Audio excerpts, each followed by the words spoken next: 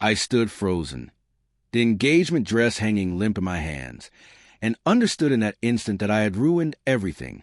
Worse than his anger or tears was the absence of them. He didn't shout.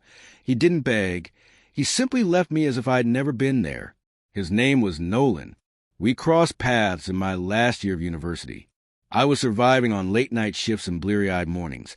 He was a TA for my marketing course, the one with the calm blue eyes and an effortless smile that made people notice. I wasn't searching for anything serious. I just escaped a destructive relationship and intended to keep my distance. But Nolan was different. He stayed after lectures, helped me study, handed me coffee when my bags were heavy. He never rushed things. The first kiss came one rainy evening after class when he offered to walk me home, and I leaned in before I could think twice. 3 years later, we had a tiny apartment full of mismatched mugs, an odd cat whose name we couldn't agree on, and the kind of small compromises that stitch lives together. Nolan landed a job at a downtown agency, while I launched a social consulting side hustle. We built a life that felt ordinary and steady. And one night, looking at photos of friends jetting off or dancing until dawn, I felt a restless itch.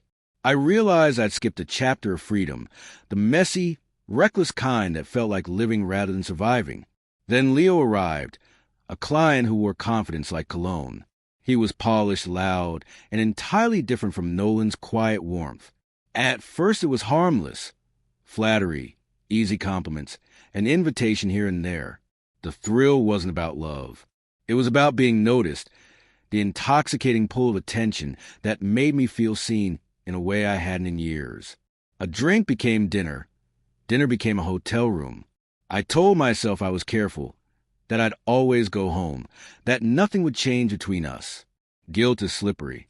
At first I lied to myself, then to Nolan. When he asked once if everything was okay, I snapped and blamed stress. He didn't press. He sat quietly and trusted me until trust became a weight I couldn't carry. One evening I was in our bedroom, deleting messages and hiding evidence when I looked up and found him in the doorway. He watched me with a look that held both confusion and resignation. He asked nothing. He walked away without a scene. The next morning he left before I woke. Instead of waking me, that silence became permission. I dug deeper into the other life, telling myself I could stop before it cost more. Weekends vanished with Leo. I lied about conferences and late meetings.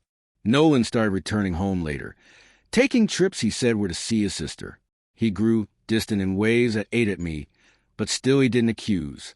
He didn't pry. He simply retreated into itself.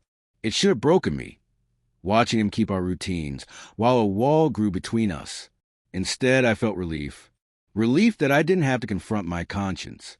I tried to stitch things back together, when the guilt finally corroded the thrill. I blocked Leo, deleted messages, burned the trinkets that tied me to that other life. I begged Nolan for time, a week in a way to remember why we loved each other. He said yes. We went to a little mountain cabin. He packed books. I brought a bottle of champagne, pretending it was a new beginning. He was kind, he tried, and once in the dim light we made love. Afterwards, he turned away and stared at the ceiling, and I knew the kiss that followed wouldn't come. I thought that single night meant I could repair the damage. I was wrong. When we returned, the apartment felt hollow. A week later, I came home to emptiness. His clothes were gone. The books he loved were gone. The cat was gone. On the kitchen table was a single envelope. Inside, a note that cut cleaner than any argument. You had the life everyone wants, and you burned it. I won't spend my days salvaging what you broke. Don't call. Don't come looking. We are strangers now. No raised voices. No threats. Just a decisive leaving. I tried to reach him. Calls went unanswered. Emails bounced back. His sister blocked me when I tried to explain. Once I waited outside his office, heart pounding, but when he stepped into the street and saw me, he didn't stop. He turned and walked away like I had never existed. There are moments that will haunt me forever. A man at the supermarket idly reading a cereal box who moves like he always did. The way sunlight used to fall on his hair in the mornings.